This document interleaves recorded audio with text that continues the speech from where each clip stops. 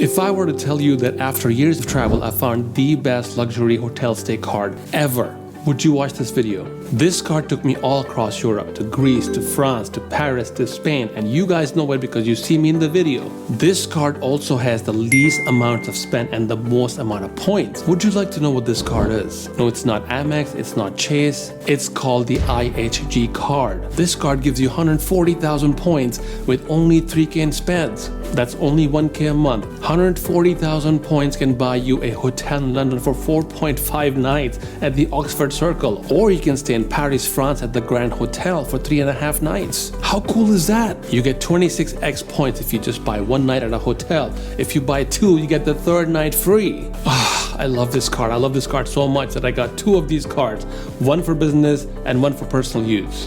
And if you like this content, please like and subscribe, follow my channel.